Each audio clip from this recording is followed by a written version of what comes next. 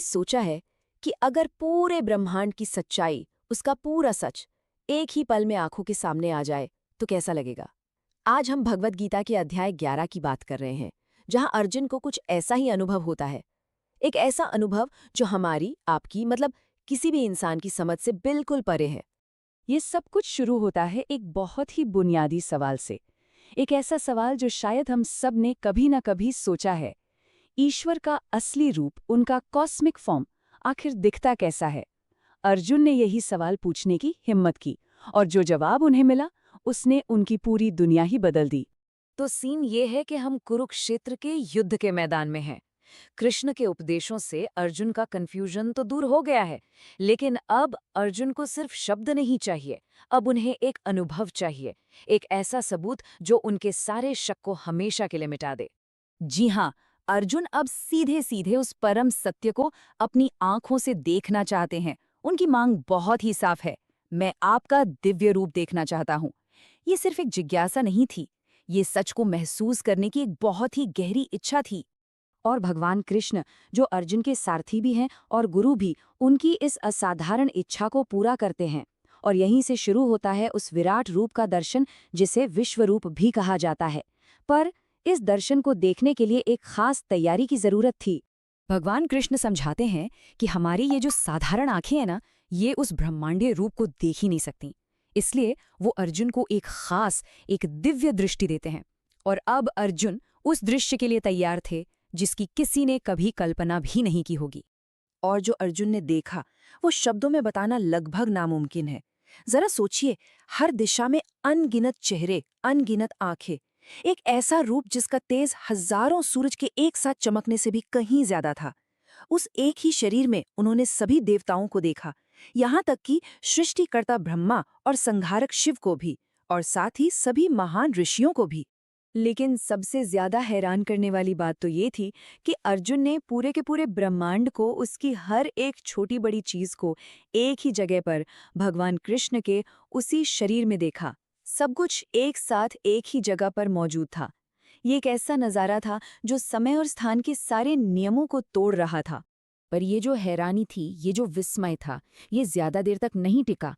अचानक ये खूबसूरत और दिव्य दर्शन एक भयानक सपने में बदलने लगा।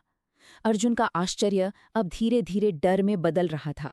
यहाँ ये जो तुलना है ना, ये बहुत साफ साफ दिखाती है कि अर्जुन की सोच कैसे बदली।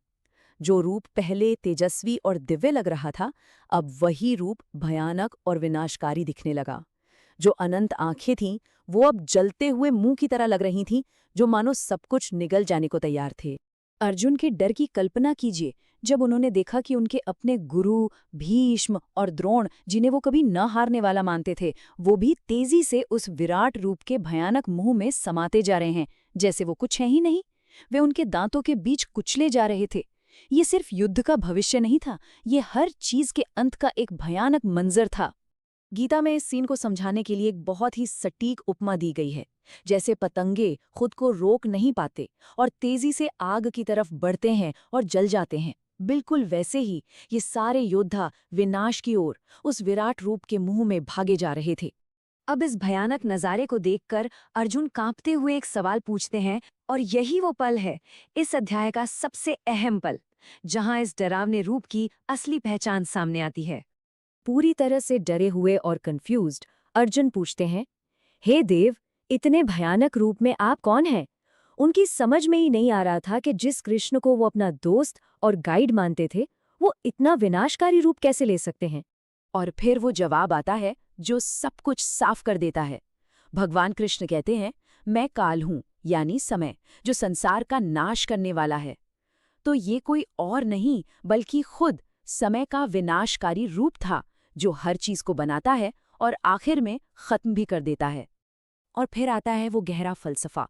कृष्ण कहते हैं, ये सभी योद्धा पहले से ही मेरे द्वारा मारे जा चुके हैं।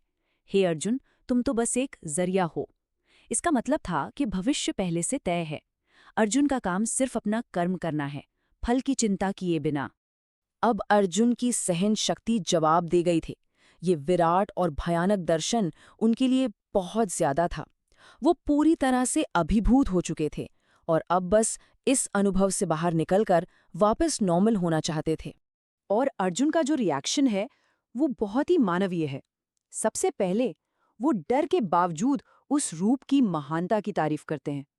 फिर शर्मिंदा होके माफी मांगते हैं कि उन्होंने कृष्ण को सिर्फ एक दोस्त समझने की गलती की।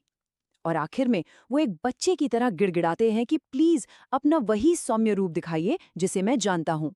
उनकी प्रार्थना सुनकर भगवान कृष्ण अपने विराट रूप को समेट लेते हैं और अपने उसी जाने पहचाने शांत रूप में वापस आ जाते हैं।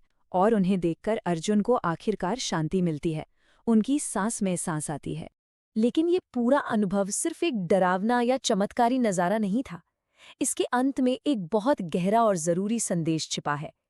एक ऐसा सबक जो कृष्ण, अर्जुन को और हम सबको देना चाहते हैं। कृष्ण साफ कहते हैं कि ये दुर्लभ दर्शन सिर्फ वेदों को पढ़ने से या कठोर तपस्या करने से या दान देने से या फिर बड़े-बड़े यज्ञ करने से नहीं मिल सकता है। ये सारे पारंपरिक रास्ते उस परम सत्य को जानने के लिए काफी नहीं है। तो फिर रास्ता क्या है? कृष्ण कहते हैं, सिर्फ और सिर्फ सच्ची, अटूट और एकनिष्ठ भक्ति से ही कोई मुझे इस रूप में जान सकता है, देख सकता है और मुझ में समा सकता है। ये सिर्फ पूजा पाठ नहीं, बल्कि एक गहरा पर्सनल कनेक्शन है, प्यार और विश्वास का। और इस अध्याय का अंत इस शक्तिशाली श्लोक से होता है। ये एक तरह से पूरा सार है। वो इंसान जो अपने सारे काम भगवान को समर्पित करके करता है, जो उनका भक्त है और जो दुनिया की चीजों से मोह नहीं रखता, वही उन्हें पा सकता है। तो ये अध्याय हमें इस आखिरी और सबसे अहम सवाल पर लाकर छोड़ देता है कि सच्ची भक्ति का असली मतलब क्या है। ये शायद सिर्फ मंदिरों में जाना या प्रार्थना करना नहीं है, बल्कि अपने हर काम में, अपनी हर सोच में उस दिव्य शक्ति को महसूस करना है। और शायद इस सवाल पर सोचना ही इस अध्याय का सबसे बड़ा तोहफा है।